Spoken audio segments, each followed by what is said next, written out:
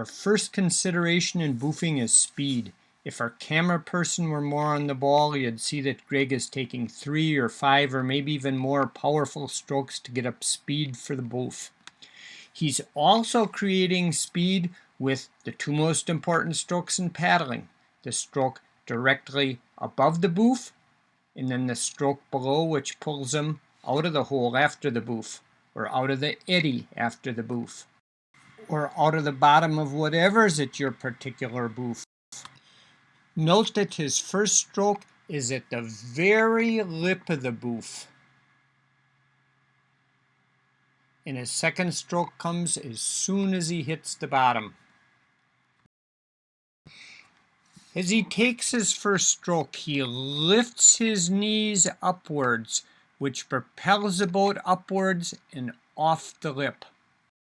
As he hits the bottom, he leans and reaches as far forward as possible to pull himself away from the drop. Your boat's trajectory has been disrupted by the boof. It's important to have a stroke in at the bottom to regain control or to pull yourself forward away from some of the bigger drops. Lifting your knees does not mean leaning way back. If so, your boat will be out of balance and hard to control. Also, it'll be hard to get back forward to put in a stroke and pull yourself away from the drop.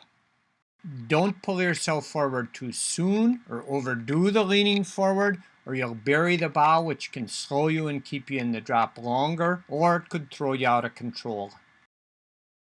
We want our two boof strokes to be powerful, but they also have to be smooth and in control.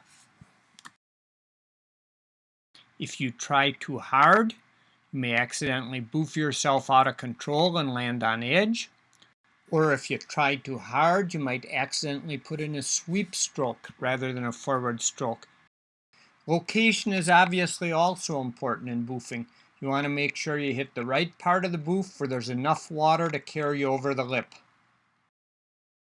Timing is critical in boofing, and it may take you a while to get it all perfected.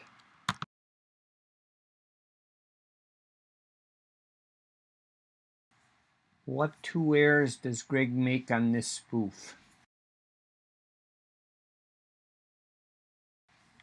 Okay, we'll show the clip again.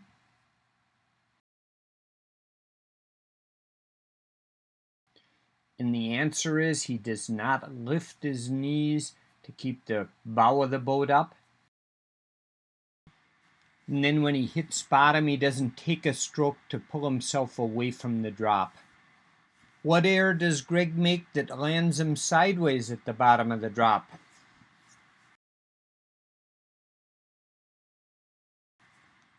Okay, here's the clip again.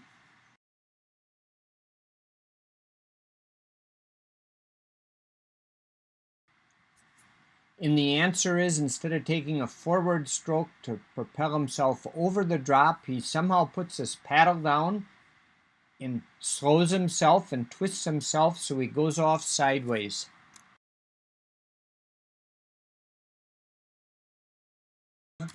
What's wrong with this spoof? And here's the clip again.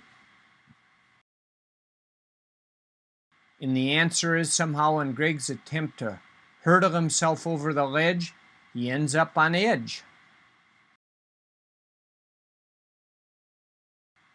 Why does Ryan pencil himself in and almost lose it on this drop?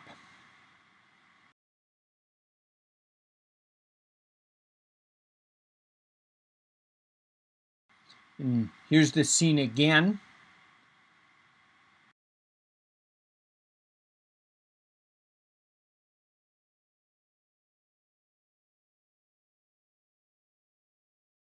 And the answer is, he has no speed and doesn't take a stroke to shoot himself out over the edge. We might say he didn't keep his knees up, but as slow as he's going and the way he's pointed, it would be impossible to keep his knees up. See if you can find 3 things Greg does right in this spoof.